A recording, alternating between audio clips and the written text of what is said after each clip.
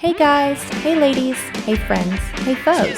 We just wanted to take a second to remind you that while we're okay swearing when little ears are listening, you might not be, and that's okay. So here's your chance to pause us and wait for nap time, or pop in your earbuds. We hope you enjoy the episode.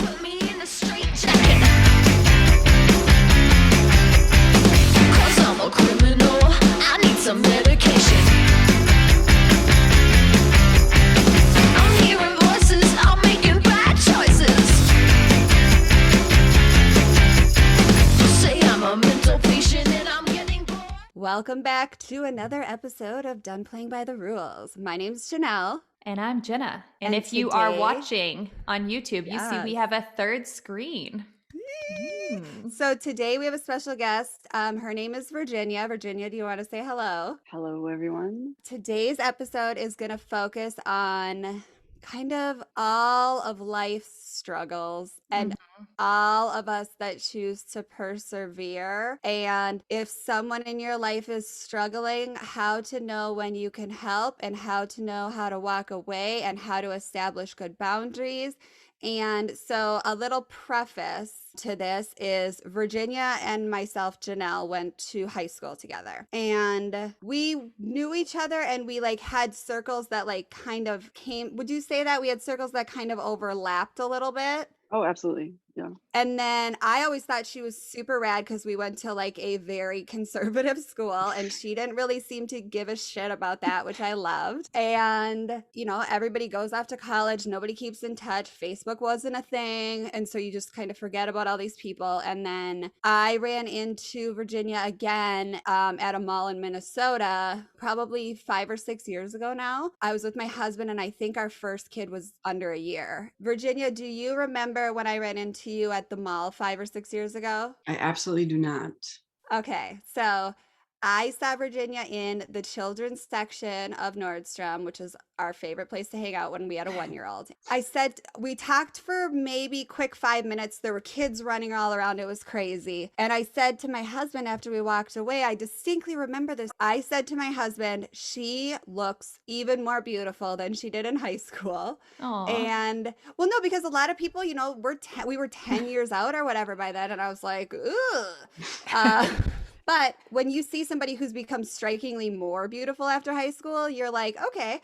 And I said, but I can tell that there's something off about her. I think she's on something because I've had my own issues with substances and mental health, and I can just really pick it up in people. So I totally forgot about it. And then every once in a while it would jump in my head because I'm someone that wants to rescue everyone. And every once in a while I would think I should reach out to Virginia and see how she's doing because I'm going to save the world. So years and years go by. And then this last summer, Glennon Doyle's book Untamed came out. And it was during the COVID summer where we were all like hiding in our house. Some of us were hiding in our houses. I was wrestling with whether or not to homeschool my kids because it was so outside the norm. And I was wrestling with like I felt like I was moving my kids around too much and it was outside the norm. And holding Zach back from kindergarten was too outside the norm. And I posted that I was reading Untamed and Virginia reached out to me and said, oh my God, girl, like that book has changed my life. And we both just like went crazy in our like solo book club. Oh, that's Absolutely. cool. And Jenna read it too, so she knows what we're talking about. And I hope everyone has read it because if you haven't, you need to. And then more recently, I have a really close girlfriend that I lived with in college and then after college when Josh and I were dating. And she is still struggling with an eating disorder and substance abuse. And I full head first dove into trying to rescue her. And she's still actively using, she's still actively, I don't know, is the wording practicing her eating disorder, Virginia? Well, how's the polite way to say that or the correct way to say that? Well, so I did listen to the male addiction episode. Yep. Your husband, Jenna. Mm-hmm. I did listen in, and I call myself an addict. And so I think somebody who is an active addiction, we usually say that they are an active addiction, but we're all Okay. addicts. But so That would makes they also sense. be active eating disorder or does it just fall under Yeah, addiction? same. Yep, Okay. active eating disorder. Yeah. So active eating disorder, and I mean, I think she's had some very serious health complications. I mean, 10 years ago when I lived with her, she was struggling with very severe issues. She reached out to me, and so I reached out to Virginia and said, I really don't know what to do. How can I help her? And Virginia basically just guided me that you can't help people that aren't ready to be helped, and that is hard for me to hear and hard for me to understand. And I said, and she told me a little bit about how she kind of healed her life and the road that she is on to healing. And I said, would you be willing to come on the podcast and tell us a little bit about your life story? And then also additionally give us a little bit of advice for those of us that are rescuers that can't stop trying to rescue people that aren't ready to be rescued. So that being said, I'm going to let Virginia kind of start her story from high school and tell us. So I knew Virginia as a surface friend, but there was a lot more going on under the surface in high school that I didn't know that I hope she will tell us about. And then Jenna will keep us on track with all the questions that we want to make sure we get answered. I'll do Okay, so my do we want to best. go through I have no problem going through my trauma, or do we want to talk about individuals who need to not be rescuers first? I think we should start with your trauma and kind of because you didn't know about individuals that didn't need rescuing until you started to heal from your trauma. Straight up. So Yeah.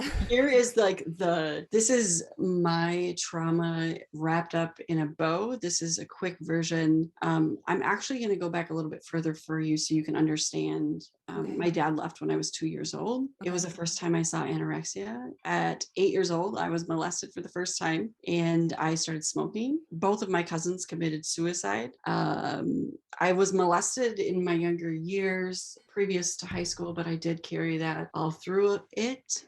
I was a cutter. I was suicidal. I had extreme amount of shame. I was anorexic. I had stayed in the psych ward twice at this point. Right after high school, I did two stints there, if you want to call it that. I've been to I like rehab calling it a twice. stint. Well, they kind of treat you like a prisoner, so it's A kind little of bit, like, yeah. yeah. I have gone to rehab twice. Once has been successful. I was married in a very, very toxic marriage. I was outed at 18, so I do identify as lesbian. I did go at 18 to court for the molestation that happened in my life. That person is still actively a part of my family dynamic. So there's another twist. I've done all the drugs. A murder has happened in my family. I've had 3 TBIs, seizures. I was asked to participate in conversion therapy. So, and then I was like, right, I had written this list and I was like, enough. So to sum it all up, the things that were meant to kill me didn't, even when it was my own desire. Wow. Yeah. I'm not going to even start crying 3 minutes. I know. into the episode, so good day to you. Okay, so I think that is such a beautiful sentiment, and I'm gonna get that as my first tattoo. The things that were meant to kill me did not, even when one of them was me. And Yeah. I also didn't know anything about do you like that I was just like, okay, there was a murder. Conversion therapy? Like that's the trigger word. Like I can't fuck with conversion therapy. Can you explain a little bit for people that don't know what conversion therapy is? Yeah, absolutely. I was actually an adult when I was brought to a seminar. I was sold that it was going to be a seminar, and I'm mid dinner and I start looking around, and well, I have good gaydar, as you can imagine. And I am looking around, I'm like, a lot of these people are gay. I like whisper that over to the person who brought me, and they're like, yeah, they were. And I was like, wait, what? No. And then the thing, and right. And so I promptly sent a message and left the venue. And good for you. Yeah, of course. This is was not a choice. So nobody would choose to be, nobody ever in their life would be like, pick me. I want to be the person who's ostracized from society. No one picks that. So can I get an additional challenge on top of my challenges, please? Exactly. I would love to opt in for an additional challenge. Like nobody, no. Oh my gosh, conversion. And do you mind sharing? Do you mind sharing if it was a friend or a family member that brought you? A family member. Oh, wow. And so we should mention that Virginia and I did go to a religious high school. And so there would have been, I imagine, and I can't speak for you, but my guess would be there was a lot. Did you understand your sexuality in high school? I knew I was gay when I was 8. Okay, so you had to just like, did you? I don't know. I I went. Did you come up through private school too? for sure, yeah, from Okay, first I first came in grade. from public, and so I that was my first experience to private school wasn't until 10th grade. And so I'm you super lived sorry. that life. You lived that life Yeah. through you lived that life through your entire childhood or prepubescent, puberty, knowing what you knew and knowing you couldn't probably tell anyone. 10,000%. Oh my gosh. Oh my And was your God. marriage to a man or a woman? A woman. And I then was she had, at the go ahead. time in high school, though I was with a man, Okay. engaged. Oh, wow. In high school. Yeah. And then I was How did I not know outed. this? So when we graduated, I was outed the same year. I was 18 I think I was 18 or 19. So another thing about dates, it's all true. My timeline is really difficult because like you brought up, I don't even remember seeing you. Mhm. Right. So there's going to be things. But yeah, I was outed right after high school. Well, and you also have a underlying grief story. And Jen and I have spoken on many a podcast that when there's any sort of grief or any sort of trauma, one of the first thing that dies is your mental timeline and your ability to keep track of time. And Oh so my gosh. Totally. any mix-ups here we completely relate to. Totally. How long after high school did you get married? So I got married in 2011. Oh, so it was a while. And how long were you with your partner before you got married? So when I was engaged to a male Okay. he's who outed me. Oh my gosh. And so then I was in my first same-sex relationship when I was 19. Wow. I'm very upset about this outing. I And know. I don't. Yeah. Did It's a you, rough way to do it. yeah. Did you was- share that with him, or was it just he kind of put everything together, or He do you mind hacked my sharing that? email. Oh, Yeah, man. he hacked my email. So Somebody you Cool. trusted. Yeah. very much. Yeah. Oh my I'm God. sorry. That is All hard. right. Okay. It's all right. Yeah. Well, I'm gonna find him and fight him, so it'll be All fine. right. Okay. Okay, so does your drug use and self-harm predate your marriage or predate high school even, or when did that start? When I was 8. Okay, so all of that kind of I that makes was like, so I identify as starting as an actual addict though at the age of 15. okay. And And how how did do you you have access to all of that at such a young age? Was it just in your environment? I mean, I went to private school. So all the kids are rich and all their parents are always out of town and you can get whatever you want whenever you want. It's my not gosh. so difficult. No, it's Wow. bananas. It's like when you see it on like TV shows, like that's what it was like. Like I can just go to so and so's house, they'll have everything you want. Oh my And gosh. it's a free for all for kids because parents are gone. I can relate to that. I drank That's in high insane. school. Like I brought Oh my bottles of gosh. vodka in with orange juice every day. I mean, I left class and I mean, yeah. Yeah. I always tell people always ask me, would you send your kids to private school? No, I would not. Yeah. No. So Well, and especially with all of the trauma, like no one could know what traumas that you had either. Did you ever reach Mhm. out to anyone in high school? Because I probably had a different experience than you, but I felt like there were trustworthy guidance counselors at our high school. I never personally dealt with any of them, but I felt like people did really like them. Did you ever reach out to anyone in high school?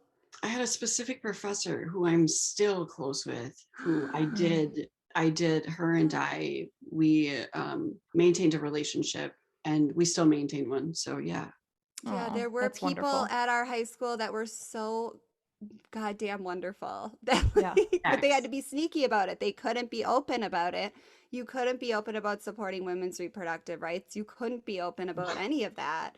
And No. so, okay, Jenna, what do you think? What's our next question? What was your lowest point or points to where you were like I'm outta here. bottom? So I had a grand mal seizure in Janelle, you said 5 years. So probably Yeah. not long after that. And you had mentioned also that you had 3 TBIs. Can you tell us how that Mhm. happened? Yeah, my first TBI happened when I was at work. I slammed my head on a safe. Okay. The second one happened in a car accident. And the third one additionally happened in a car accident. Okay. Were And then you also go ahead. driving in those accidents, or was it? In both. Yeah. Yeah, I don't have any now. Like, we don't have any TBI car accident knowledge. We are hitting your head on the ground knowledge. Yeah, it's wild. It's Oh, wild. and what people don't know about traumatic brain injuries, Jenna and I want to start like a side business of just a nonprofit where people have resources to help with traumatic brain injuries, because until you know somebody that has one, you know nothing. And it is such a life devastating situation. Absolutely. Yeah, it absolutely is. Are you still dealing with side effects from your TBI? Not mentally. So I also we've pinpointed. I do have I have TMJ and really really bad, and I have it from jaw jacking when I was a meth addict, and also in the process of my TBIs, probably putting my jaw further and further out of place. That was another reason I used. I mean, we can go through some of the drugs that I've used, obviously. I mean, I think that's important that people understand. Absolutely. Yeah, definitely. But I think it's just very going through a TBI too, just to say this, 2 of them I was not sober for. There's a whole different, that's like, you're talking about, right? You want to look at this nonprofit, like how do we support these? There's a whole slew of addicts who have had TBIs who need to be supported as well. I mean, it's just like it's another thing on another thing. So yeah. It's another fucking hurdle for anybody trying to get sobered up. I know people that are currently addicts that have had partial facial paralysis or partial or have had strokes, and like imagine that being an additional hurdle to you getting clean, is like, oh, but also part of my face is going to be paralyzed for the rest of my life, or also I've had a stroke and this part of my leg doesn't work, and these types of things. And I just think that if we can start supporting addiction, then we can also spin that into supporting people that have additional hurdles like houselessness and TBIs and strokes and these other issues that play into what are your thoughts on, I've heard people say addiction is a symptom of an illness. What are your thoughts in that regard? So to me, addiction is a symptom of trauma. I like that. I do like too. that a lot. I can't think of a person that could say, you know what, addiction sounds good and I've had no trauma, so bring it on. Yeah, I mean, that is exactly what it is, what all the things are that we use to numb ourselves. And I mean, I think Brene Brown said it perfectly. When we numb the good, we also numb the bad, and vice versa. When we numb the bad, we also numb the good. Yes. Absolutely. All right, what's your next question, Jenna? Did we want to go over like your history with drugs and alcohol? I know you mentioned you were open to kind of talking about that. We can go over it. Let's see. So when I was 15, I was an alcoholic. It started with alcohol. I smoked marijuana here and there. I didn't really like the effect of it at that age. My 21st birthday, instead of having my first drink, I became an IV meth user. And I entered a world that, if you've never been there, if you know anyone who is struggling with meth addiction, they are in a world that we all live in, but none of us see. And it's a very, very wild, it's probably, one of the things was like, what is a low point? And I remember when I was a meth addict, and you would think like being an IV drug user, right? Which is, some people don't even understand what that means. So let's just break it down. Oh, you're going to explain it. I was going to say, can you explain it? Because I feel like I am pretty knowledgeable when it comes to drug use methods. Yeah. It's actually, a lot of addicts use IV. So you shoot up with a needle and it's a different high, and it is also its own addiction. Shooting up with a needle becomes its own addiction, and we can, one day we could talk about that too. Well, and that falls along the lines of, and correct me, your job is to correct me when I'm wrong, because I will be, because you know the story and I only know what I've read. I read a lot about this stuff. There is no quicker rush, and I hope none of this is triggering wording to you, but the rush of an intravenous usage of drugs is entirely different than you can ever attain via smoking or snorting. I mean, we're just going to keep it real, right? Because that's what we're here for. And that's how we help other people. And to keep it real, that rush is another addiction, right? So like the needles become addiction. People get addicted to like shooting up so much that if they don't have drugs, they will shoot up with water. I mean, I've seen some stuff. I've seen some dark places. And think about it though, alcoholics, we don't realize how much this has affected people, being in this global trauma that we're all in, which is COVID. 19, and Yeah. addicts, alcoholics will drink hand sanitizer. Think of how much hand sanitizer is available to people right now.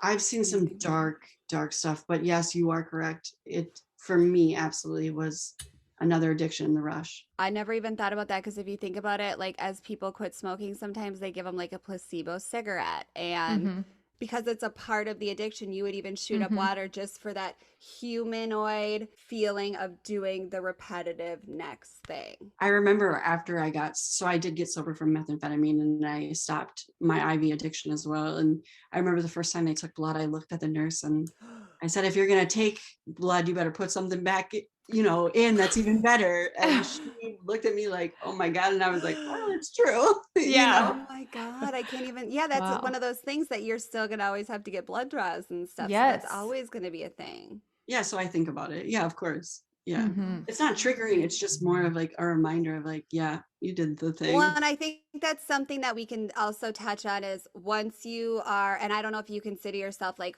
I don't know if addicts ever we're never fully healed, but once you kind of come out on the other side, things that were triggering become livable instead of something that's going to cause a relapse. If you're not in the right headspace, that is something that will cause a relapse. If you're kind of coming out the other side, you look at it, acknowledge what it is, and then move along with your day. Absolutely. I mean, I made 127 days into my sobriety, and I don't think about drugs the way that I used to. So absolutely, but it's the same thing. If you think about trauma, the further away we get from trauma, the easier it is for us to heal and dissect it and deal with it in a really different way. So I think that's true of most things, but definitely as an addict, it was interesting because you said, I hope I don't say anything triggering. There's not much that triggers me even anymore. Yeah. So yeah. Wow. I think so too. So is that your history with drugs? Are we good on that one? No. Tell us all your drugs. Oh my I just want to God, make no. sure we don't shortchange any of your story. I wish I could have told you that's the end of my story, but it's definitely not close. So I was an addict for 20 years. I didn't get sober till I was 35 years old. And that was the first time. So we can get into that too. I relapsed, but I do want to touch on relapse because I want people to know it's okay. The average American relapses 7 times before it sticks. So I want people to not give up on people the first time. Yes. Yeah. Mostly don't give up on yourself the first time. Yes. The incredible amount of shame, and it's a really hard process, but yeah, we'll go over it. So let's see, I got sober. So that was the first time I went to rehab, was when I was on meth. My mom came and picked me up, and she drove to a lake, and she said, do you want to go to jail or rehab? And I was like, what? Wow. I didn't even know she knew. And I said, okay, I'll go to rehab. I, of course, signed myself out 3 days later, but I never did touch meth again. And I never used IV drugs again. I went right back to alcohol though. So numbing for me never ended. And then alcohol it wasn't enough anymore. It wasn't the high I wanted anymore. And marijuana even laced. I had marijuana laced with many things, right? And so I've done ecstasy. I mean, I've done a lot of drugs. And I started to find though that waking up after a blackout, not understanding with some of my trauma, I thought I need to find a drug that I can do that doesn't do that for me. So my doctor became my drug dealer. And in 2012, I was in a car accident and I was given Percocet, and I became addicted to Percocet for 5 years. Wow. I actually know maybe 5 people this has happened to, like inner circle. So this is a very common opioid situation. Percocet is an opioid, correct? Absolutely. Yep. And so you get such a good feeling from it. You're taking it for a legitimate reason. You have an injury. Doctors prescribe it, which I think we could do a whole nother podcast on how doctors maybe don't prescribe it anymore, but let's say that for another day. Then that high is ingrained in your mind and you will do anything to maintain that even when you can't get it from a doctor anymore. Yeah, I think with Percocet, one of the Percocet is higher used by women than it is males. And it is prescribed to women more than it is to males. It is a drug that, I mean, you can go in and have a good size, gash on your arm and they'll say, here's a prescription Percocet. And they'll give you a So, lot. I remember at the beginning, I was prescribed I think it was like 275 Percocet Oh for a my month. gosh. Yeah, at the height of my addiction though. So if we kind of break it down, because Percocet I think is really important for people to understand. 1 milligram of I agree. Percocet is not like this high dose. 5 milligrams is what usually is prescribed, not a high dose, but a dose high enough to get addicted. Right there. 5 milligrams is, and just one time, that's enough to turn someone's head. Yeah. I took 2 5 milligram Percocet the first time I took them, and I never took 2 again. Wow. I always Did you took, always yeah, I mean, took at more? the highest part of my addiction, I was, so if you think of it in this way, you can think of how much money I've spent now. If I tell you it's 5 years and 1 milligram is $1, and I was doing 250 to 300 milligrams a day. A day. Wow. A day. And how do you get them once your doctor stops writing the prescription? Or are you one of those people that the doctor never stops writing the prescription, who I know some of? Oh no, the prescription ran out. Okay. And he wouldn't give you any more. He actually got fired. I mean, he had his, They're starting to catch up to those guys. yeah, You know? he is no longer a doctor. He lost his license to be a doctor. Yeah. And how do you get that? Without, putting Too much myself in jail. detail. Yes. There's a whole network of us. You don't have to tell me how Yeah. you procured it. Yeah, no, it's a whole network. So It's an you could just underground call thing. a friend and be like, you know a guy that knows a guy. It's the same if I want heroin. It's the same if I want Okay. Klonopin. It's the same. So I think what's really important we need to also destigmatize what we are sometimes diagnosed with. So I have anxiety and I have depression. So I'm only currently dealing with any anxiety. So depression has really changed since I've become clean, actually. However, like anxiety, I still take a medication because they can't find one better yet that I was actually addicted to, which is Klonopin. And now I have to take it in a very different way. And I've never misused it, but there were years upon years upon years that I was prescribed this medication and misused it. And So Jenna's been some on of it did Klonopin, come so from a she's doctor. familiar with. Sure. Yeah. And I think that, so some of it can come from a doctor. And Klonopin, we're not here to bash Klonopin. Klonopin has a medical reason to be in the world. I'm not so sure about Percocet, but I'm not a doctor. But for example, Josh had like a very minor oral surgery, like a 2-hour surgery the other day, and the doctor sent him home with a huge thing of Percocet without Josh even asking or being conscious. When I picked up Josh, he was unconscious, and he just had a baggie like a little kid full of Percocet. And I was like, you're never touching these, like ever for any reason. So get some Tylenol and call it good, because I just am very hyper vigilant in terms of what I know, how quickly that one Percocet can flip the key in your brain to open up the door. And it's bananas to me that it is so widely prescribed still. I was just talking to an addict 2 weeks ago, and they had just relapsed, and they were asking like, what do I do? Like, I had this, again, a minor oral surgery, was given a prescription, didn't, right? Like addicts, we create plans. So I needed to have oral surgery for a few years. I haven't had it yet. I've decided now I feel comfortable getting that script, telling my doctor the truth. Also, I just want to give a shout out to like my main man, who is my doctor. I've been working with him. He's known my whole story. He knows all about my addiction and my recovery. And he's who still prescribes me Klonopin, right? I have to take it for anxiety.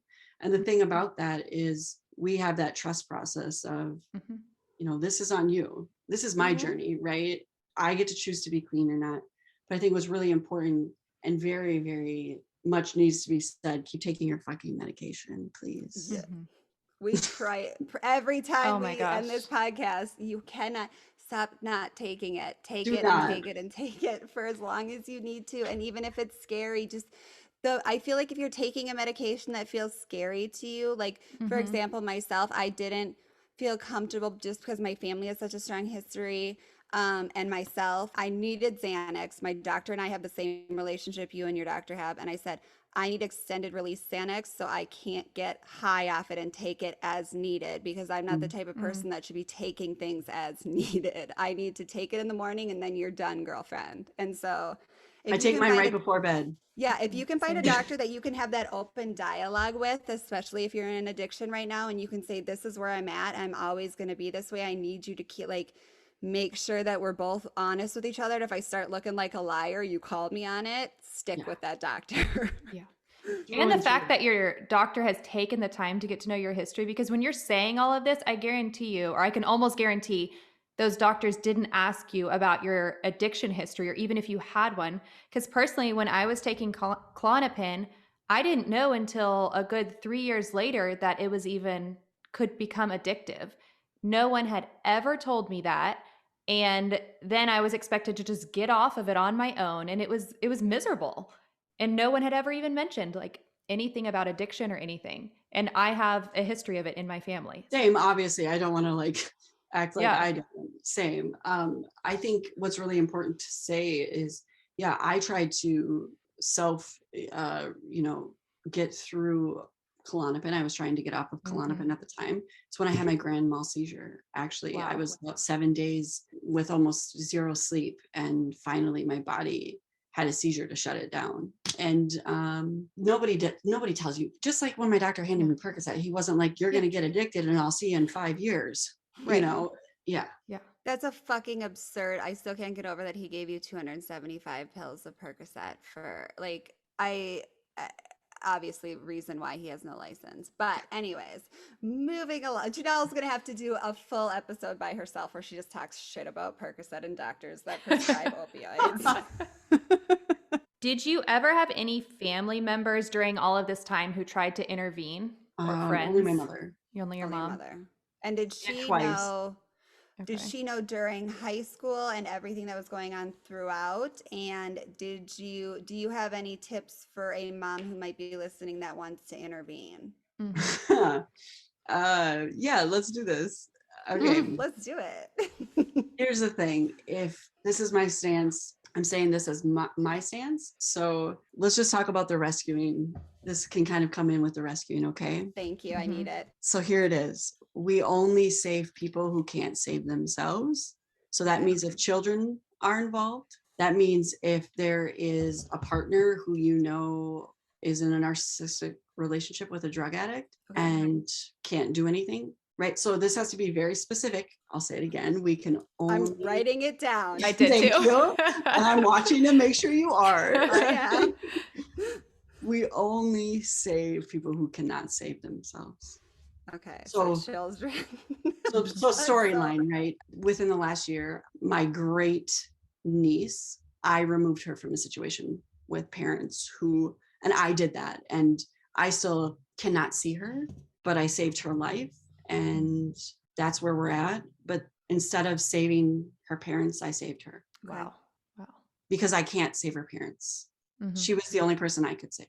Oh my God, that's so powerful. Just even I know. I needed a defining line in the sand for people that are savable and not savable. Because if it was up to me, I would save everyone. And I spent literally, and Virginia knows this, I spent hours talking to my old roommate and nothing was happening and nothing was changing. And I was like, I'm spending time that I could be spending with my babies trying to talk this person through something that I don't necessarily know that they want help with. Like, how many times am I going to repeat this cycle in my life? And so Virginia also will come back around to, and I want you to tell us more tips on how to know when we can help someone and how we can't, but also so currently you are studying to become a what? An art therapist. So can you tell us what that Jen is? and I are so excited about art Yeah. therapy. We love all types of therapy, and you've introduced us to a new one, and we feel like you just showed us the best restaurant in town, and we need to hear all about it. Well, it is the best restaurant. Okay. So just so you guys know. All right. So I'm an artist. I am actually, I'm a published artist, which is probably something you don't know, right? I don't. You don't. I'm a black and white photographer. I am also working on a thesis on how photography so this is my personal thesis that I'm working on to get my doctorate. And it is how photography can be used to heal generational trauma. So there's my thesis, if that tells you anything. I love generational trauma. Also, a side note. Okay. Amazing. Oh, but So the art therapy though is what saved my life. And what actually happened was I had the most badass goddamn cheetah art therapist ever. And no, I won't tell you who she is. And no, I won't give anyone her number. But she's yours. She is. It's just so happened my ex-wife at the time, she was already my ex-wife, and she asked me, do you want to go to this thing? I'm going to go to this art therapy. And we were very, it was a very toxic, very, very toxic marriage, very abusive in all the ways. Even that was like its whole thing leaving. She was also an addict. So we were addicts together. It was a really, really bad situation. There were kids involved, a whole thing. I could go on for days about how much shame, right? Because that's like another thing. You have shame about when you get clean, then you have the shame of the people that you abused or put through abuse, right? Because you're not showing up the way you're supposed to, but we won't go there. However, I went to art therapy and I sat down at a table and wearing all black. Just want to bring that up. Just wearing all black because that's my favorite color. And people who say it's not a color, it's a fucking color. So just leave it alone. Color. So let us live. And I sat down and she handed me a book and I looked at her like, what is this for? And so this was group art therapy. Of course, my ex-wife was there. There was some other participants and I was like doing the damn thing. And I'm like, this is all right. And she gives you a book and you kind of whitewash pages and you start doing artwork on the pages. And so you're like repurposing a book, which of course I'm like vibing with. I'm like, I like this vibe. Hell yeah. Right? Then, I'm already into it. And then like, you're making art, right? And then all of a sudden the trauma comes up, right? And like, so what does that piece mean? And I'm like, wait, what? And she's like, well, tell me about the piece. And I'm like, what kind of witchcraft is this? Right. I tell her all the time. I talked to her yesterday and told her about this whole thing. And I'm like, you are such a witch. And I mean that in the most like loving. We think witch is the best compliment you can give someone. Yep. And same, like I know I am. Right. Yes, and so I vibed with her on a totally different level. She wanted me to tell you this though, that she doesn't do shit. And I show up every week and do the work. And she wants to make sure that is said and that is the storyline, because it is her who has learned more from me than she could ever teach me. So and that's amazing that she is transferring. She's not only transferring that power to you, but she's transferring that responsibility to you, and I respect the fuck out of that. I played a little game on my ex-wife, I guess. I was like, I'm gonna keep her, so you can't see her because I'm gonna gotta go. And I got to keep her, and if I didn't leave anything with that marriage, I got to keep her. I made a therapist. Yeah, you can have everything else. Yeah. And then we started working on art one-on-one. It's an art studio, so it's everything you can imagine about art. It's all there, and then you just start doing work, and all of a sudden you realize that you are putting on paper what you can't say with words, and that is so rad. You start talking about things through art, through visuals, through shapes, through colors, through the void of color, whatever it might be. Most of my pages are black, but it is totally this process, and I'd like to call an art therapy my unraveling. And it unraveled all of me. And now I am just kind of raveling myself back up. I'm at that point right now. So how can someone, do you have any idea about this, find art therapy in their area? Because I always say like, go on psychologytoday.com, but I don't think this is a psychologytoday.com situation. No, type it in. Type in art therapy, type in, so there's quite a big art therapy basis in St. Paul.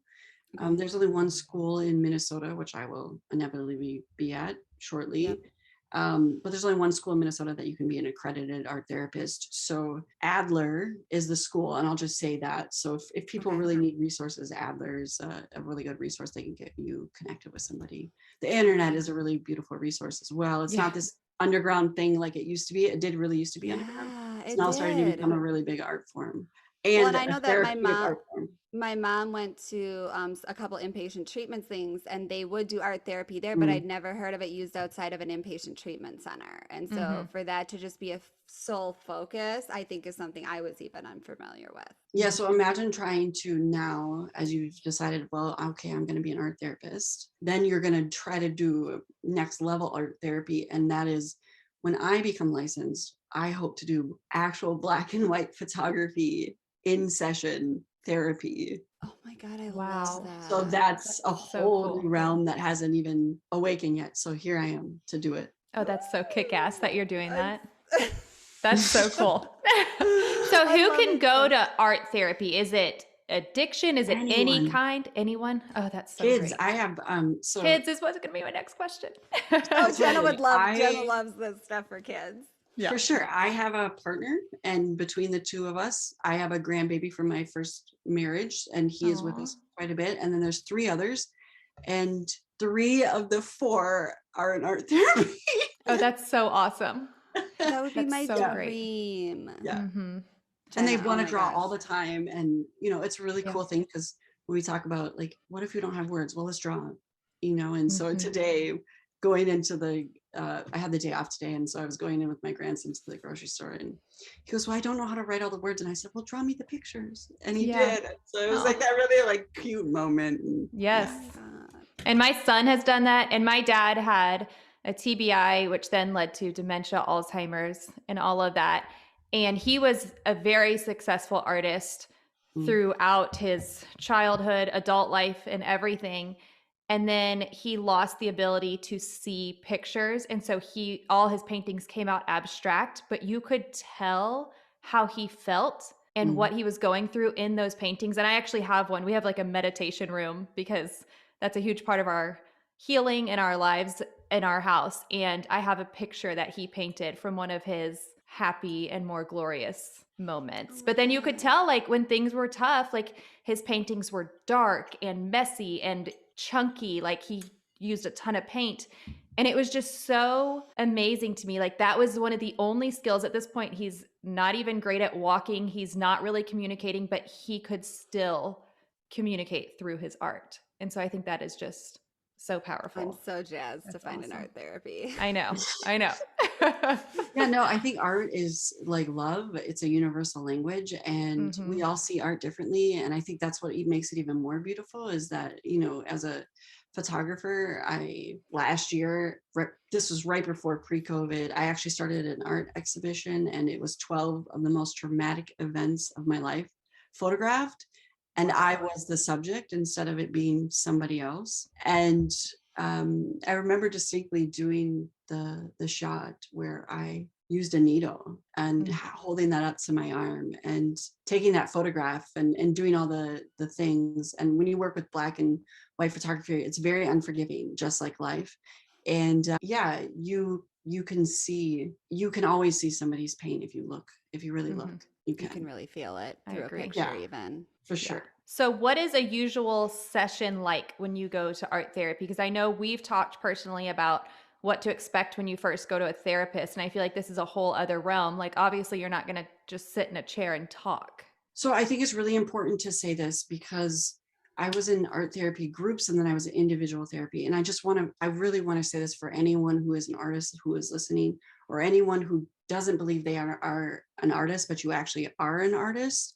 I just want you to hear this, like no art is bad art. So anyone can do art therapy. I mean, people who draw with stick figures, if that's how you draw, show up and fucking draw with I stick was just going to figures. say Hell that. I was yes. like, I can only Doesn't- draw stick figures, and I'm not letting that dissuade me from going. Just go, right? I'm fucking And I mean, I going. used to be in group therapy and somebody like, oh, this is so stupid. And my first like initial thing is like, it's actually really like, you want to have like a whole thing about their I art. feel It's not it. even yours. You're like, stop. Like, don't be dramatic. You know what I mean? But still, like, it's good. But like a session, I'd say for me, it's very different now as I've moved with my art therapist. So one thing I really want to point out is when I decided to get clean, I did 90 and 90. So I did 90 meetings in 90 days. I scheduled myself with 2 therapists, one with an art therapist and one with a talk therapist. And I met with them both weekly. I also was involved with another therapist So I just want to make it very, very clear that you don't just get to be sober, because sober is not really a thing, right? We're all still addicts. What really the thing is that we are really, really, really, I'd say traumatized people usually in a really, really traumatizing world. And all somebody's asking you to do at a session is show up and draw whatever you're feeling. And if you don't feel like drawing anything, I mean, I have pages. So I brought my journal. So I have a journal. I have an art journal. That's how my sessions have played out for about a year. And now I moved to canvases. So for a year, what I've been doing is I was given a book. In my case, I don't whitewash the pages. I black them. So all the pages of the book become black. And then I do art. And sometimes pages in the book, I will leave specific words and black out everything else on the page, right? So I use the book. I have a page that says like, fuck your gender, and it's done in Morse code. So nobody knows what it, like, you know what I mean? Just because it's for you. Things. Yeah, for sure. Cause it is for me. And there's other stuff. Frida's in my book. I have photos of people that I love, people that I don't. There's a lot of fuck you pages in my book, and a lot of letters that have been written to people who will never see them. Oh, this sounds so cathartic. I can like feel I need it this. in my like I am feeling this as you describe it. Yeah. When my grandfather died was when I relapsed. So I was sober for almost a year, and I relapsed with my ex-wife, and my grandfather had died, and I found I was antiquing after I recommitted myself to trying to be sober, because it's a choice you make every morning. I found a little postcard in an antique shop where his funeral was, right? And so like that goes in the book, and it's just, it becomes whatever the hell works. It's a living like being where it just, that is like, the best way you could absolutely say it. It is like this living, breathing movement, right? So like, one of the really, really important things, going back to like why you can't rescue people, movement. If you don't see movement for themselves in their own lives, and you start moving for them in your life, you are not helping them. You are only moving in your own life. If something does not have movement, it is usually dead. So here's the thing. You keep trying to pick somebody up off the ground who doesn't want to get off the fucking ground themselves. I'm not trying to be this like, this is a choice. Every day I make the same choice to be sober. And I make the choice to, if I'm having a hard time, I'm not married yet, but I'm in couples counseling, right? Good. I mean, individual therapy, art therapy, and that's where I'm at in my life now. I went from doing therapy all the time and meetings all the time, and that's my support system. I think it looks like whatever the hell you want it to look like. Art, that really is the beauty of art therapy. Whatever you bring to that hour session, you usually are doing it with yourself. I get prompted sometimes. Sometimes she'll be like, hey, remember when you were 5, and do you want to, like, let's do a piece around that? And I'm like, how about we don't? And I leave, but we do the piece. So wow. That would be me. She'd probably have to lock the door. I would try and be trying to run out. No way. You would be sitting there for days, and she'd be like, we're closing now, ma'am. And just crying the whole time. One of the craziest moments I had in art therapy, and I remember this was very early on, right? And I would do all of my artwork in pencil. And one day she came in, and I'm like working in my journal, and I'm like, just drawing this face. And she grabs the pencil out of my hand. She goes, you have to use a pen. And I go, what? She goes, you don't get to erase your mistakes anymore. Wow. Oh, shit, that gave me goosebumps. I know. Yes. Felt it coming. I'm like, who is this witch? But exactly, but people with anxiety, and I think that is almost like a metaphor for anxiety. Like, people with anxiety want to write their whole lives in pencil, so when they fuck up, they can go back and fix it. Jenna, put your Lisa Frank away, Jenna. I only write in pencil. Because you want to be able to go back and fix it. And I think that's a good point, is like, you really are just writing your life in permanent marker as you go, and you never get to erase it, and it's all part of our story, and we have to just kind of absorb it, because we don't get to just like shoo it away, because it comes back. It really does. Also, like, not picking up the person who's not moving.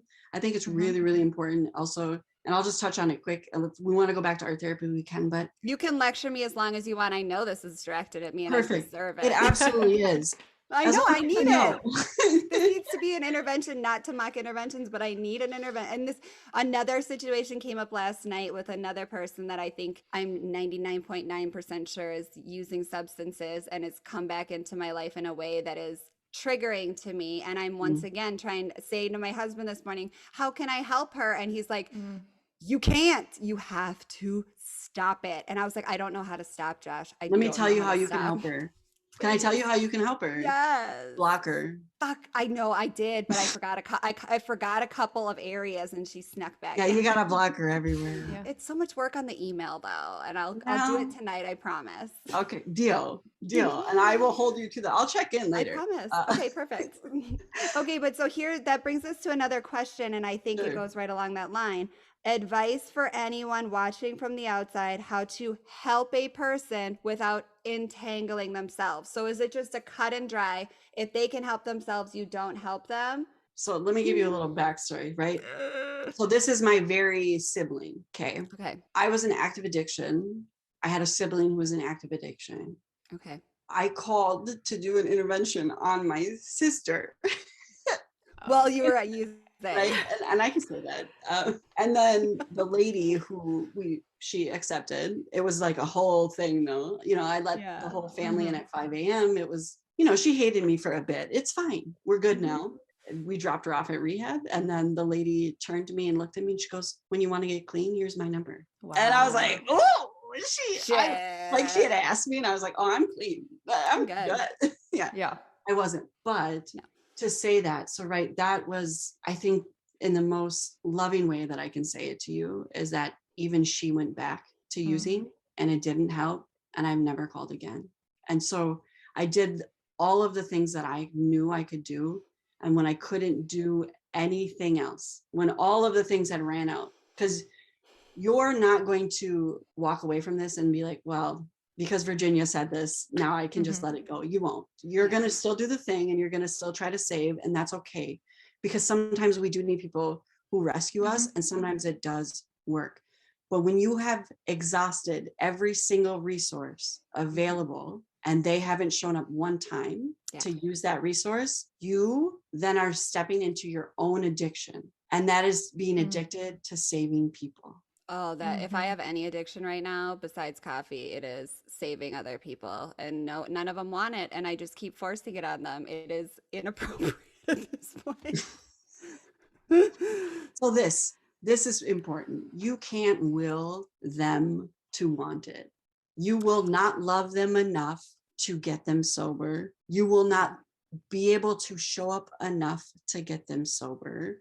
You will not even be able to pull off an intervention and get them sober. Sometimes what we need to look at is why we want to save other people and why that is consuming us, rather than looking at what is it that I'm avoiding by trying to save somebody else. My And husband I'm not saying literally you said are. that. No, my husband said that this morning. He goes, when he left for work, he goes, I want you to go on the internet today and look up the reason that you feel like you need to save everyone. And he was like, you'll be able to find the research, and you need to study this. And I was like, I don't know. And he's like, that's what the internet is for. Good day.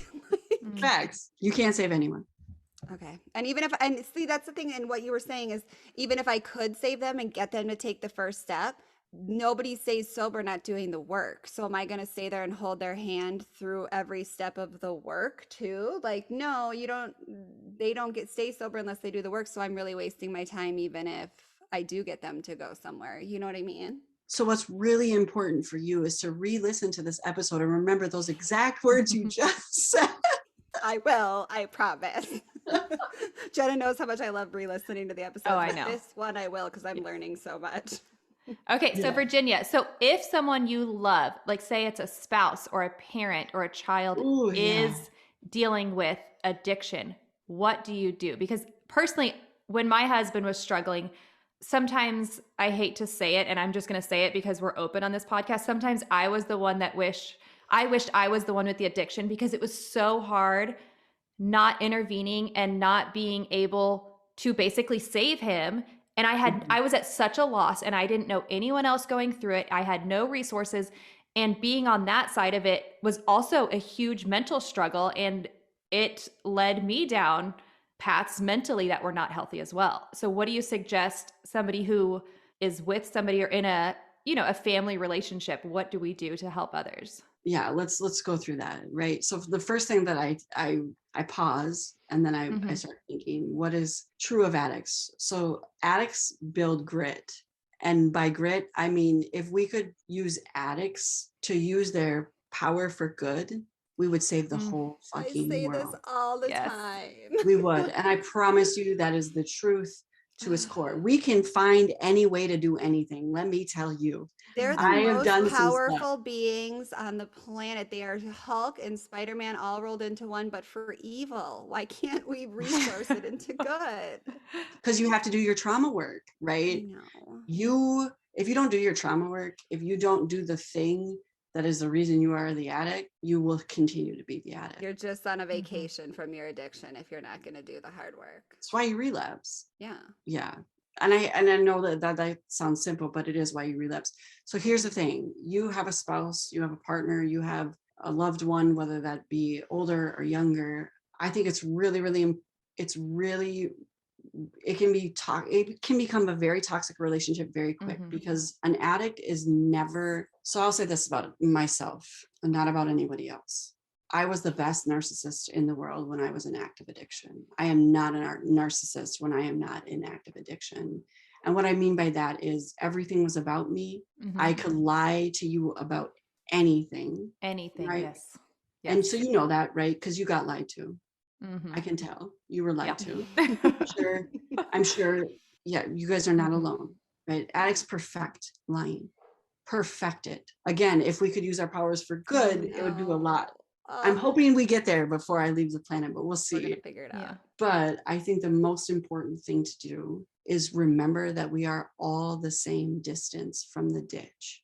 And that includes you. So where I'm standing and where Jenna is standing and where Janelle is standing, we're all the same place in the road, and we're all the same distance from the ditch. And I don't want to say that I came up with that. That actually from a friend of mine who was in rehab with me. He overdosed 2 weeks after he shared that with us. That is something that has stayed with me throughout my recovery, my own relapse, right? There is nobody who has this right or wrong. We're all doing the best that we can. Addicts specifically, if they don't see what they're doing, they don't understand that we're all the same distance from the ditch. So they start using people around them. They start victimizing people around them. And the issue with that is now you are a victim of somebody else's victimization and their trauma. Yeah, you're absolutely right. Josh said that to me this morning when I was reading an email I received. He was like, you understand that as long as we can focus, this person can focus the attention and the negativity onto you, they don't have to look in the mirror. And so you're becoming their target so that they don't have to feel a target of their own emotions. And I was just like, oh, fuck, I totally am feeding into this again. And I'll say this, and Jenna, you said your husband's addiction, right? So you didn't count yourself as an addict at that time, and maybe you never have. I can make peace with that. I will say this about people who are in relationships. It is very, very difficult for somebody who is not an addict to stay with somebody who is an addict. And vice versa. It's very, very difficult for two addicts to get clean together. Here's the thing about that. You obviously dealt with some struggles. I'm sure you got lied to. I'm sure you got victimized many times. I'm sure you felt like this is never going to change. You felt all the things, and all of those things are valid and true. And there was still nothing you could do. It still had to be his choice. And that's important to remember, because we all, oh my God, I have lost so many friends to addiction. When I went to rehab, I have one friend from rehab that is still alive. Wow.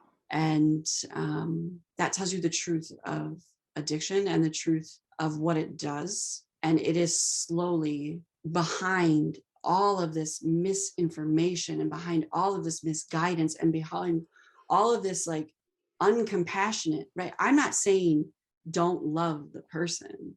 Love the hell out of them. Show up every day and tell them that you love them. That's fine. But every single time they use, make sure you're the person who's like, that's not how I want our life to be. So for us to continue to exist, you have to shift and something has to change, right? That's kind of the beautiful part about marriage It doesn't matter if it's same sex, whatever it is, right? Mm-hmm. The beautiful thing about marriage is that it's two individuals who are collectively healing their own generational trauma. And sometimes that looks different. And sometimes that means that you are going to end up with an addict because they cannot deal with their trauma. Yes. And then when they start doing the work, hopefully that changes and that narrative changes for you. But I think it goes back, and I don't mean to say it in like an uncompassionate way, but they got to make the choice. No, I think that's Yeah, exactly and Jenna talks right. about that on Yeah. another episode where when she kind of forced her husband's hand, he went and did it and, dotted the I's and crossed the T's, and it didn't really stick at all. And when he chose to change his life is when it sticks. Absolutely. There's a book by Alice Walker, and I just like the quote from the book. And I think the quote from the book I keep with me. I mean, I keep many things with me. Obviously, from Untamed, I call everyone a fucking queen and a goddamn cheetah. So that's what everyone is.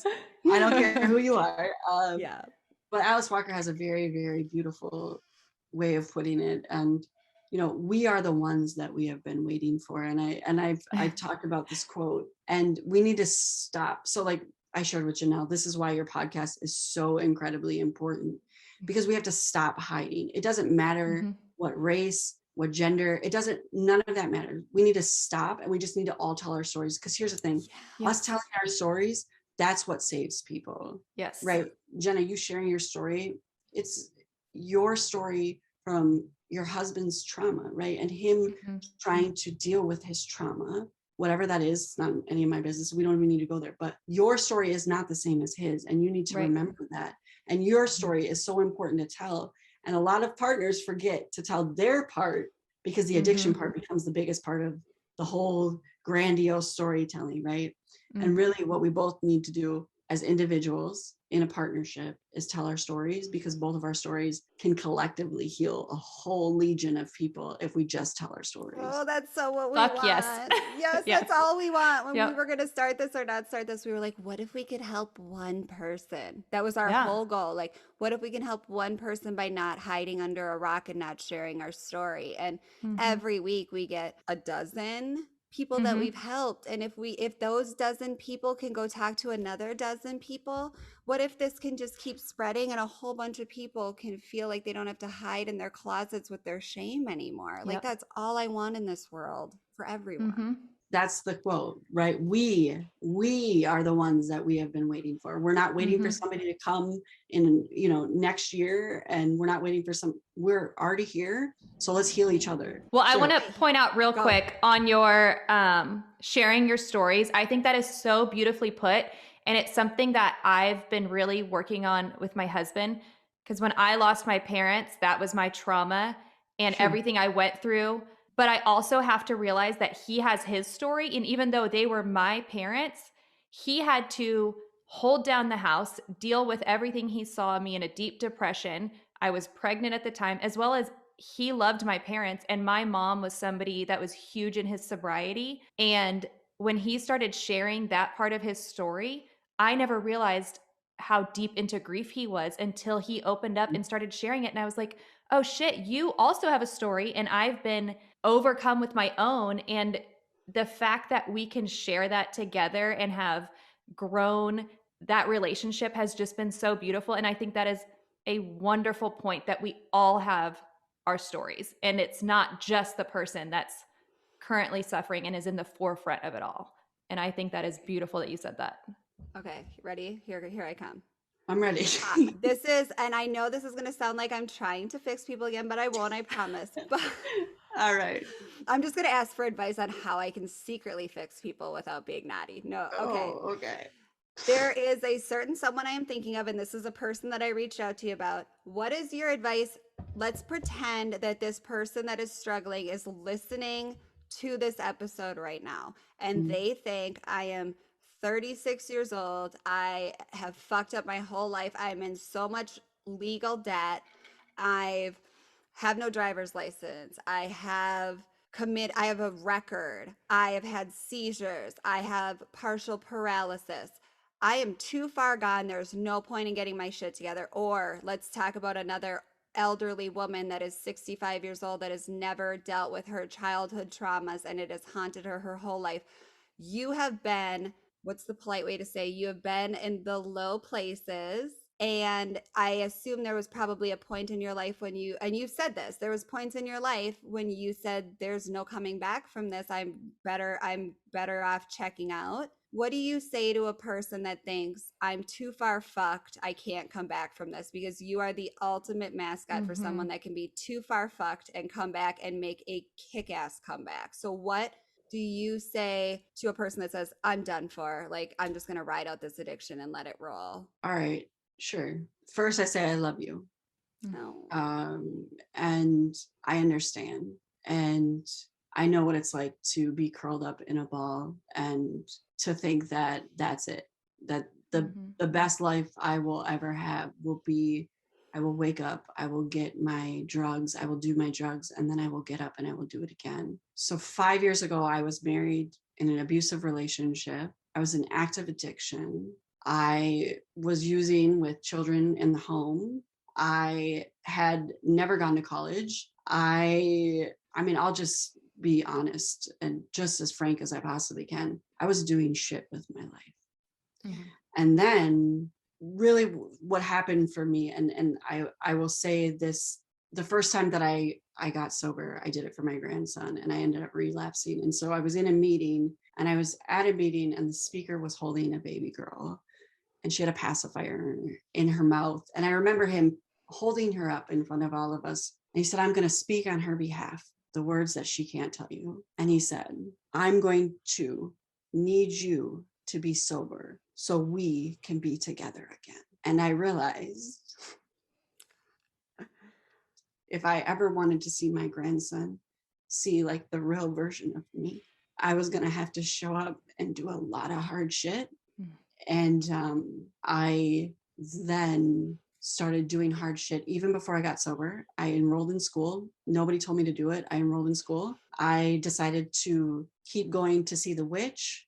I did right? Like I just did the next best thing, right? Like Glennon talks about it, right? Like let's just do the next best thing. And so for me, the next best thing just kept happening. And all of a sudden now I have 827 days of sobriety. Wow. 407 of those days I did not see my grandson for.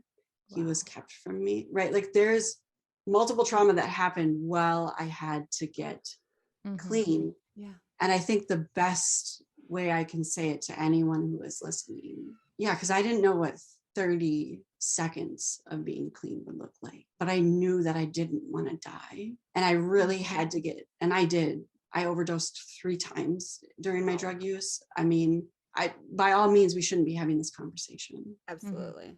However, I just decided every single day I didn't want to die. And so what was the next thing I could do to not die? And you have to find it in that deep pit of anguish and pain and just like, this is it. I don't care. You have to find that thing. And it doesn't have to be a person. It doesn't have to be, right? It doesn't have to be like, maybe I'll be an art. It doesn't have to be any of those things, right? None of those things I knew when I made that decision. Yeah. The only decision I woke up and made was I am going to choose to love myself enough today to live. Wow. I fucking love that so much. And I only cried a little bit. So if you're not watching on YouTube, it's totally fine. Everything's fine. But I also think that's a good point and something you touched on there. Please don't ever think that you're going to get sober, stop using the substance, and then nothing bad will ever happen to you again. Because guess what? All the shit happens, just so you guys know. All of it happens. It still happens. You're just conscious for it. So and you can feel it all. Yes. Oh, you can feel it all. And so, but feeling it all is so much better than not feeling it. And not at first. Don't try to sell that bullshit. True. At first, you're shaking and you're sweating and you're sick and you're pooping your pants. It gets ugly before it gets good. But even if you have, there's people that I listened to a podcast and there was a guy that had 27 years of sobriety and his dad died and your people are still going to die. Your cat's still going to get hit by a car. Like shit is still going to happen to you. And if you are working the programs and the steps and going to, like Rachel goes to 4 therapists at points, I go to 2 or 3 at times, plus a doctor for med management. Like if you're working your ass off just a little bit harder to stay sober, you're still going to be able to maintain. And if you fuck up and fall off, get back up. Don't call it a day.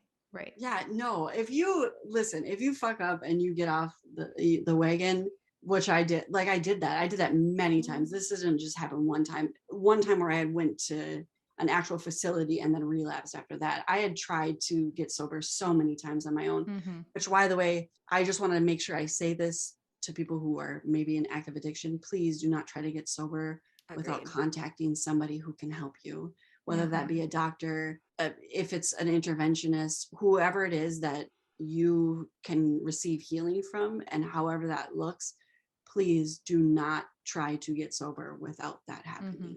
And in certain, is it just alcohol or are there other ones? I know at least from alcohol, you can die getting sober on your own if you've been active hard enough for Yeah. long enough. And I'm sure there's others you can die from. So if you're going to get sober, this is something to not just like, I'm going to lock myself up for a couple weeks in my house. Like, Which I make it a did. team sport. And I had a grand mal seizure, right? And I ended up in the hospital. So like, Yeah. it's really, really important to not think that you can do this on your own, because you didn't get just, I think this is important for an addict to hear. You did not become an addict on your own. Right. No, Do not walk around with that narrative. You never became an addict on your own. you You didn't do did, anything however, have to make the choice to get sober on your own. And there's the Yeah. difference. It's really, really important, though, that addicts understand that there are resources. There are many, many resources. The first thing you have to do, though, and I think, Janelle, you said it very, very poignant. We need to remember that getting clean, that is only taking away the numbing of your trauma. The next thing you have to do is look at your trauma. So it's like a whole, I mean, this is like, we got about 5 parts we can go through here.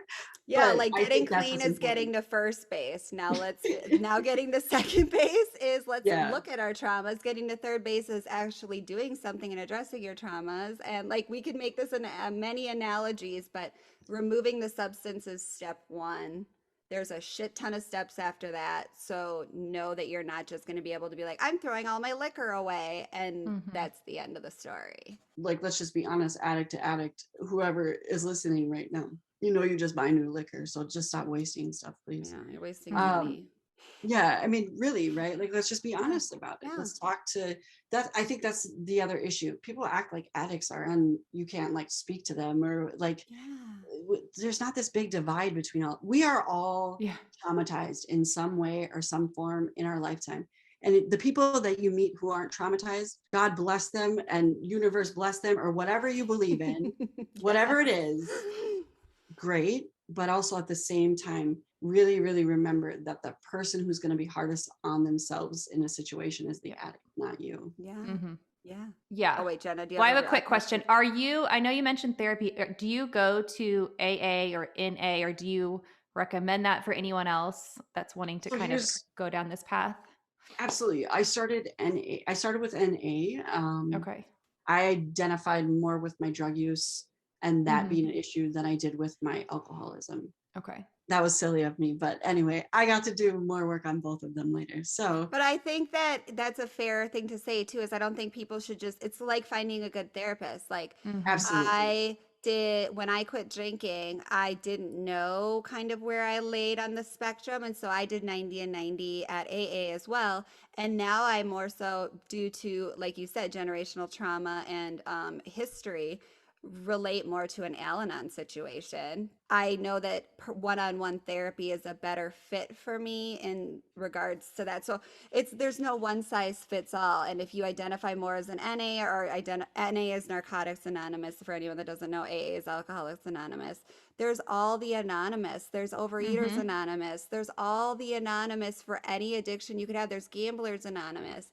Find your anonymous with a simple Google search. And then if you get there and realize like, these aren't my people, I may have a different trauma that's triggering something, then try the other anonymous. And you can like kind of, do you agree, Rachel, that you can kind of swivel around and feel? You got to find your tribe. When you find where you need to be, you know it. You will know. So I did start with NA. So here's the thing. I think, Jenna, I shared this with you.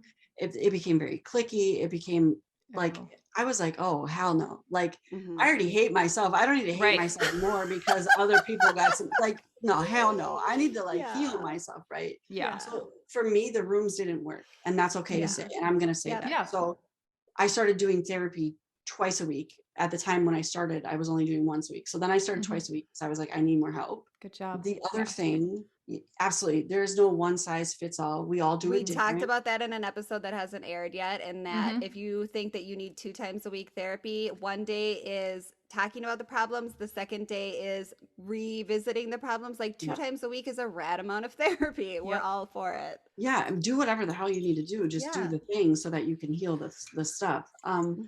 I think there are really good NA meetings. There's a lot of right now. Some of them are online. You can come Mhm. in kind of like I am right now, completely black screened, not even have any initials. Right, that's the anonymous part of all of it. Yep. I think therapy is a really, really important thing that we neglect Yeah, when sure. we're looking at addiction. Therapy is a big thing we neglect. Like I said, trauma to me is what makes addicts. So that is what I think you have to go through some form of trauma therapy, just like all the things. Maybe you only do it for a short period of time, but if it works, it works. I now currently in my life, 827 days in, I still see an art therapist. So I'm actually kind of along the lines with you, Janelle. I'm actually working on Al-Anon stuff because I'm looking at other people's bullshit Mhm. because I've worked on a lot of mine. So Y'all I'm be looking at my dragging me family's. down, okay? Yeah. I'm looking at my And family's stuff. and Al-Anon, for those of you that don't know, is like a support system for what is it, friends and What are family, the or I don't, yeah? What's the? Friends, I don't family, even or children of, addicts. And yes, listen, check it's check for check. anybody yeah, who's been affected by somebody who is an addict in your life. Oh, I can't that's wait to go. awesome. I'm gonna find one that's a Mhm. virtual. That's my next homework from Dr. Virginia. I'm gonna find a virtual Al-Anon because I keep saying once the pandemic's over and I feel safe going Mm, back, like that's just a stall tactic. Let's be No, I've been honest. I using, need it they got today. rooms. They A got bitch Zoom needs it rooms. today. Yeah. yeah. They got Zoom rooms. Don't play. Don't play. They got Zoom rooms.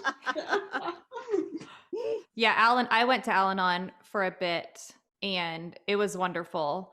And I also went to, I guess they're called, correct me if I'm wrong, Virginia, but you have open and closed meetings, at least Yep. for Alcoholics Anonymous. And so I Yep. went to some meetings because my husband wanted me to go with him, which I was very That's actually surprised. really smart. And there were Yeah. a lot of couples there. And You're so it was just really interesting. And you don't sit there and it's not judgy at all, but you also share your trauma with the circle. So don't expect, if you go to these open meetings and you don't identify as an addict, don't expect to just sit there and listen because you're expected to Yeah, share. you don't get to sit behind the one-sided mirror and just No. observe like you're a part. And so that was And I Absolutely. think helpful. what Virginia said in terms of like, yeah, you can find a clicky AA, move on. Mm-hmm. I also found that I couldn't do women's meetings because I'm such an empath that hearing the stories You're and I probably trying hadn't to done. save them all. I probably, oh my God, yeah. I was like, get in my car. Come on, guys. You're sleeping in my house tonight. Sleepover. No, but I had not dealt with any of my trauma. All I had removed was the substance. And I was taking on all of their emotions on top Mm-hmm. of my trauma.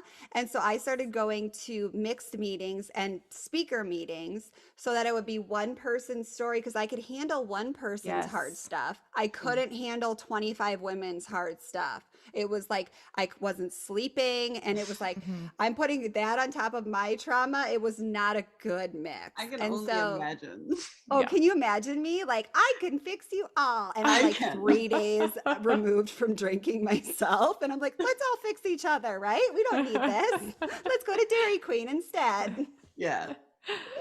So Oh. find your fit, and one-on-one therapy and couples therapy is my fit right now, and Al-Anon is going to be my fit. And I Mm-hmm. think what works for you works for you. Some people, I know people that have had AA save their entire life, their entire Absolutely. legacy. I think there is so much to be learned from reading the big book. I like educating myself. Absolutely.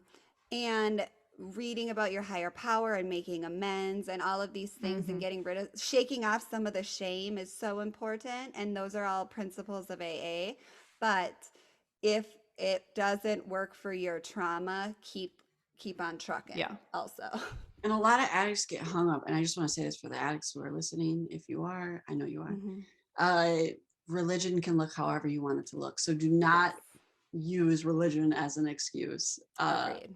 Important to say, because that, I mean, I'm just telling on myself a little bit, but Mhm. you know, I came from Catholic school. So Yep. I used religion for a long time as an As a excuse reason of not like to go. why I'm Yeah. not gonna, right? And so I remember one day I was talking to a fellow person in a meeting, and we were just discussing, and she shared with me, she said, I just place love, the word love. Love is patient, right? Love is kind. That comes Mhm. from the Bible. But then if we step outside of the Bible, right, and we talk about, what do we always say at AA or NA, you know, God grant me the serenity to serenity. accept the things I cannot change, the courage to change the things I can, and the wisdom to know the difference. Janelle, you should probably say that as a practice. The Like third part is 24/7. not my strongest. I say the first two lines very, very confidently, and then that the wisdom to know the difference drops off, and I whisper. Yeah, that's the part the you need. difference. I got Brandon a little plaque so that he can say it daily, and I'll get you one too. I say it to my kids, even, Remember. but I just whisper the last part because I'm not sure how to do it yet.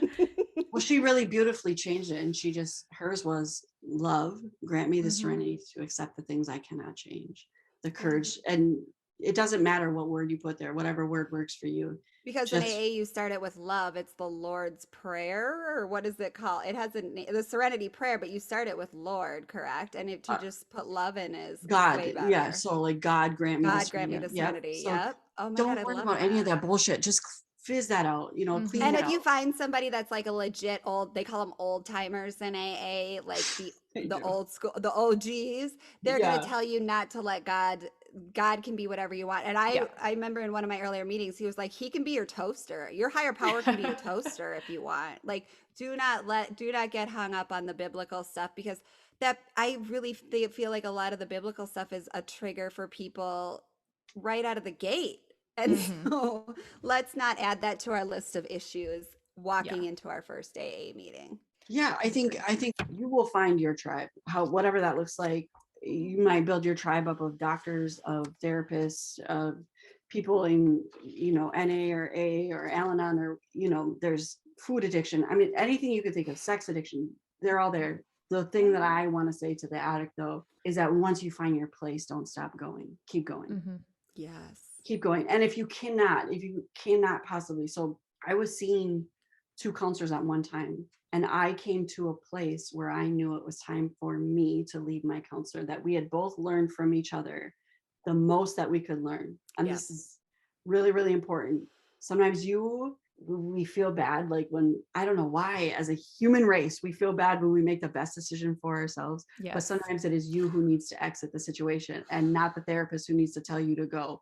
So I just want to say that as well, that when you're with your tribe, and when it's time to change that vibe, and what that's supposed to look like, just don't ever stop doing it. The next It's super simple. best thing. So 5 years ago, you were kind of in a really difficult place. Now you would say you're in a healing place, a good place. What would you kind of label it now? And then where do you see your path of life going? Or are you one day at a time kind of person? Do you have lifelong goals? That. Good. Yeah. Sure. So I will say this, I am a healing person who is becoming a healer. And that is the way to put it. And so Oopsies again. that is how I look at every day of my life. Now that I have come back from, rock bottom was my best friend for sure. I mean, I never wanted to unfriend rock bottom. I didn't, I thrived at rock bottom. Subscribe to rock bottom. Yeah. No, for real. And Yeah. now I have this it's amazing what you can do when you change your life. And when you make a decision to say, you know what, I can't do this, not one more day. And I mean, my counselor just said, do 30 days. I remember sitting with her, and I asked her this after I got divorced, of course. And I said, why didn't you ever tell me to leave? And I asked her, I looked her right in her face, and I said, you never told me to leave. She goes, because if I would have told you to leave, you would have went right back. You needed to leave. And I think that is the most important thing as individuals. we need to remember it is our job to do our work, to heal ourselves so that we can help heal others. We don't get to negate the fact, though, that it's our job to do our work. And what a lot of people do is they try to throw that at somebody else. And Janelle, I imagine a lot of comes your way. Josh Because literally said this exact same thing to me this morning. He was like, I feel like you are trying to help other people because you don't want to look at yourself right now. And I was like, you're making that up. And he was like, I'm sorry to say it. I'm sorry if it hurts your feelings, but I do. And I was like, you're being really mean. And he was like, again, it's not mean. I'm telling you the truth. And it was like, when you were just saying that, I was like, oh shit. yeah, no, I mean, here's the thing. My counselor didn't tell me for no reason when I got to this place, and I'm talking to you ladies, to remind myself that I did the work. I did it. You did. You can have the whole tribe, but you still have to show up every day for yourself. And so I think where I'm at in my life now is it moving into that part of becoming a healer. It is a very interesting and there's a lot of self-doubt. There's a lot of questioning. There's a lot of stuff, part of becoming an art therapist is you have to do some really, really deep therapy. And so I'm in the process of doing that, and I've already done trauma therapy, but there's a lot of work you have to do to become a healer. But I also want to say that a piece of paper on a wall doesn't make you a healer. What you two are doing, you're healing, right? Just by telling the stories, saying the truth, that's healing. And I think if we can all wake up and say, today I'm going to be a healer, we can do something, right? Like, I'm going to choose to just be a healer today. And whatever that looks like, we can all do that. I mean, we can do that much, I think. Yeah. I'm crying. I'm full I know. Shit, I Virginia. thought Jenna start blanking. I was like, God damn it. And that takes a lot for me. So, But I mean, let's like, what if we all just wake up? Oh, my makeup looks so good right now. Let's all wake up and say, like, what a beautiful world. Even if we take addiction out of the equation, what if we raise little healers? And what if we try to be healers? And what if Jenna and I make ourselves so vulnerable and Virginia makes ourselves so vulnerable so we can heal one person and that person can maybe heal one other person, and maybe we just do our best every day to wake up and be a healer. Like, I literally am going to wake up tomorrow and be like, today I'm going to be a healer, and I'm going to work on myself first and not other people, because I lean a little bit to the healing of others when I haven't healed all my own stuff. And I want us all to be healers in this podcast community, please. I want to read something to both of you. Oh, Please do. How hard am I going to cry? Okay, I'm ready. So my counselor, my art therapist, she wrote this to me on my 1-year anniversary. She said, "You are not the same person I met in 2017. Over the past year of hard-earned sobriety, I have observed you carefully rebuild the structure around your life to support your health and protect your joy while making meaning of the past. I have seen you overcome very difficult, intense moments, but also, and probably more challenging, the singular minute daily growth.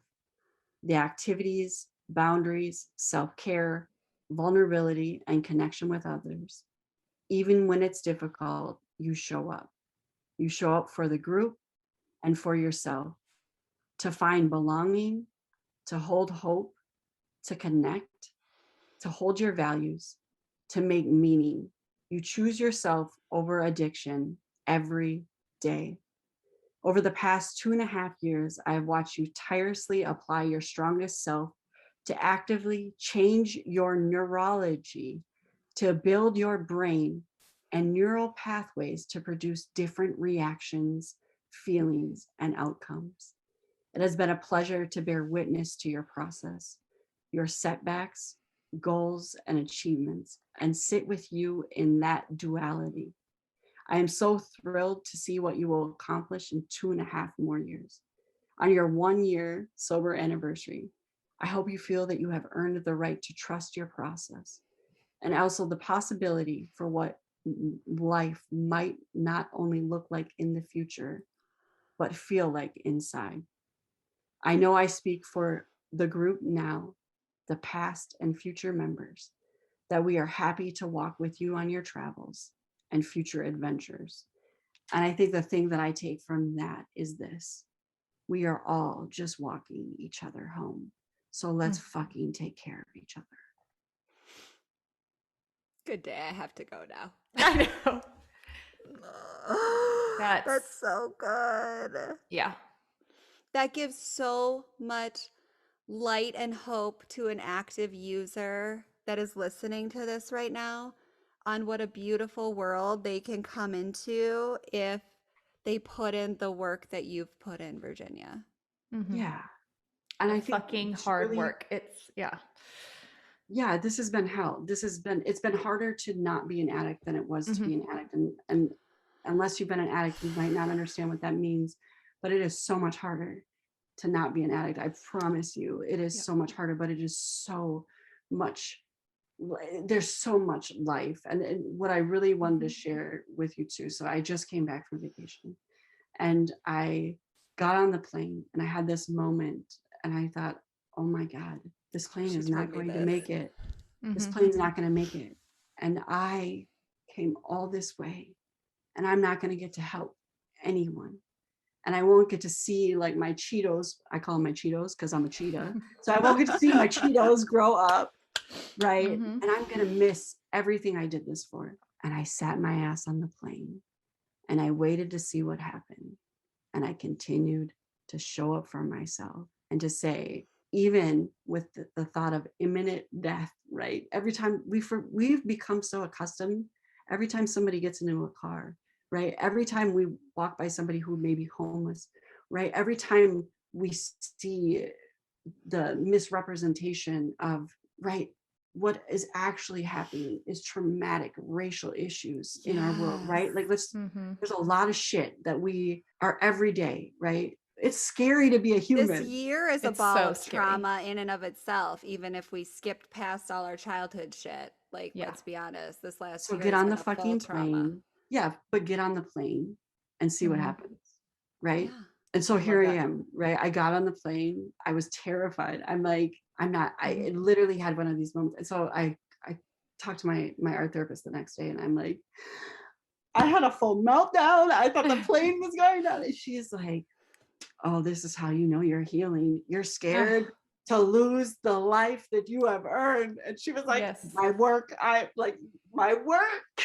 Yes. it was a really cool moment.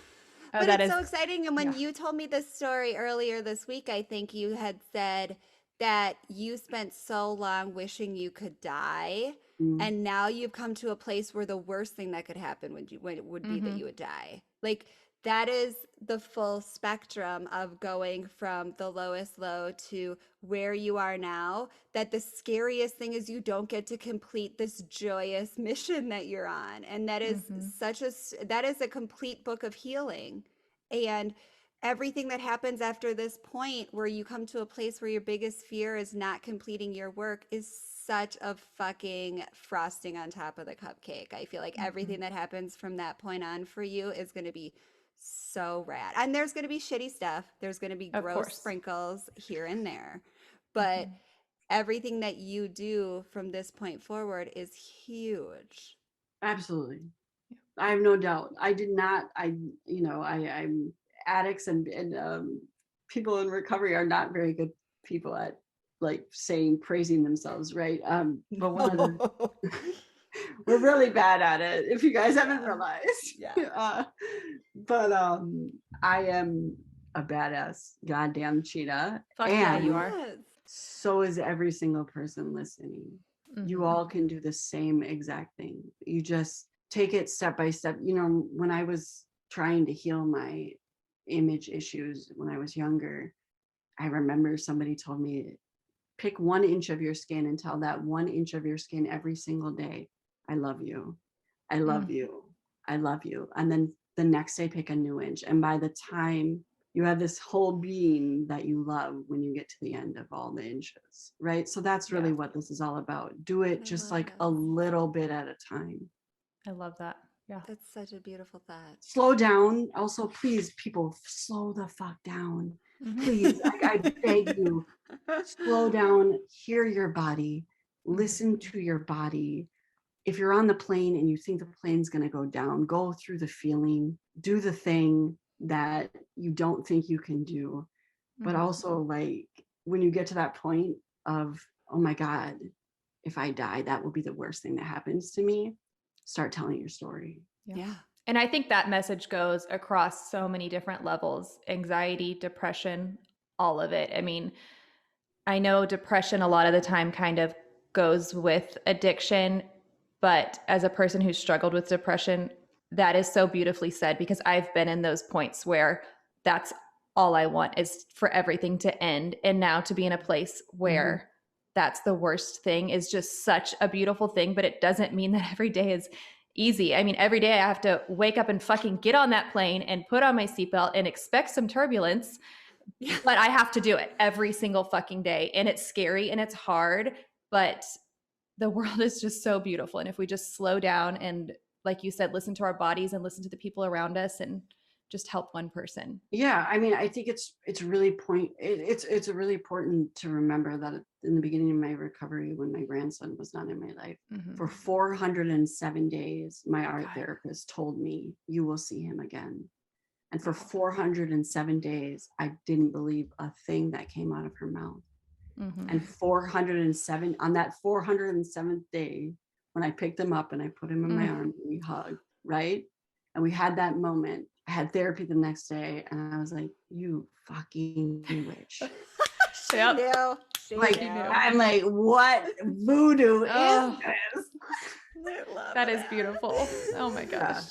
Right. If you just hold on and you like, you don't have to believe in it. That's not even, I'm talking to the addict right now. You don't even have to believe that you can do it. Just do it. Just like one day wake up and say, you know what, I'm going to try today, and then try again the next day.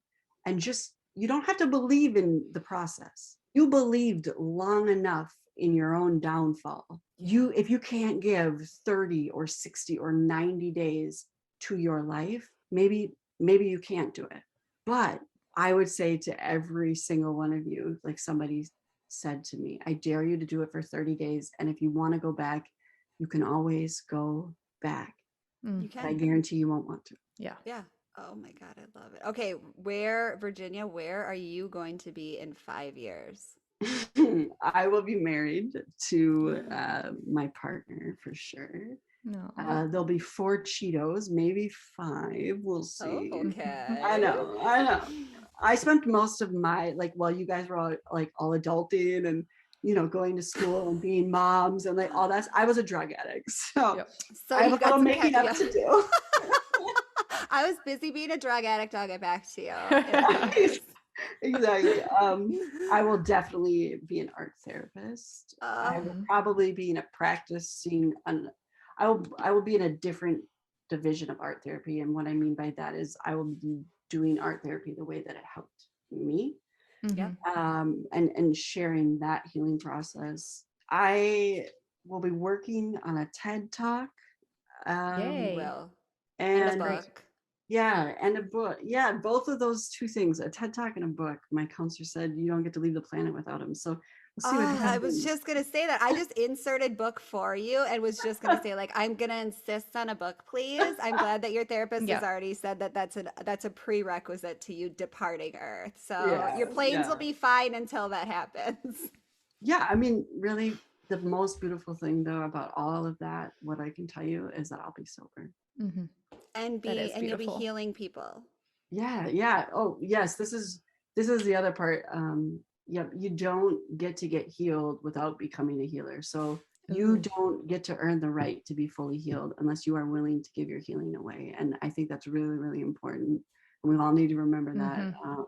Give it away, because we only get to do this one time, and we only get to do this for a short period of time. Life is vapor in reality. And let's not spend it trying to fight each other. Let's spend it trying to heal each other. Like if you wake up every day and you say, today I'm going to be a healer, it'll happen. Just keep talking about it. Just keep doing it. However that looks. Yeah. I can't wait to listen to this episode already. I know. And we'll see you back here for your book release, your TED Talk release, when you start your own art therapy. When you have a rival podcast that's better than ours, we will come on it. Thank you for the invite. I'm not even going to front. My therapist was like, you could do the podcast, right? And I You could, but completely could. Fuck And yeah. yeah. if people have more questions about this episode, we will definitely bring Virginia back on and do a digging deeper episode, which we love to do, where we just answer people's questions. And I honestly don't even have words to convey how thankful I am for I you know. coming on and being so vulnerable and being so honest. But I know that as someone who has done the meetings, that this is something that is healing and helpful to you. But Yes. I hope that this has helped someone else or someone that knows someone. And you could have easily spent your Friday night doing something way cooler than this, but you chose to come on here and help someone, and we will never ever ever forget how much we have learned and how Yeah. thankful we are for you. The teaching goes both ways, and so both of you hear that as well. Thank you. You guys are badass and some goddamn cheetahs, and I am so you. grateful to call both of you a part of my tribe, and you will remain that, and we will all continue to show up and be healers. And you guys keep telling your stories, you guys keep sharing other people's stories, you guys keep doing exactly what you're doing, and I promise you, you have already saved somebody, but you will save many more people. Oh. Thank you. That's yeah. I can't even say anything else. I mean, Jenna's done. don't get emotional, but thank you. I mean, I've that never seen means the Jenna world. cry. No, she hasn't. And we've talked about our dead parents so many times that I've never seen Jenna cry. So this is big. Yeah. I mean, this has honestly even been healing for me. And so Agreed. thank you, Virginia, because just sharing your story has already made a difference in my life. And it shows me that I do have a lot of areas to still work on, and I am ready to put in that work. So Me too. thank you. Yeah, I mean, I asked my art therapist, when do I get to stop doing art therapy? She said, when you die. And then I said, well, when do I get to stop doing couples therapy? And she said, when you both die. Yeah. So Hell yes. We advocate for lifelong therapy and working on yourself. Never It's quit. not there's not an end date. And if There's your no therapist end date. dismisses you, then that's not the right therapist. Trust me, there is no end date to this shit. No. You literally have to do this every day. But I will say this, I would do this every day over what I was doing every day for the rest of my life, easily, hands down. fucking men. Yes. Fucking men. So with that, call your therapist, your art therapist, whoever you want to help you. And take your meds. Take your fucking meds. And also, do not stop being an addict without getting help, please. Yes. Amen. Yes. 2, 3, 4.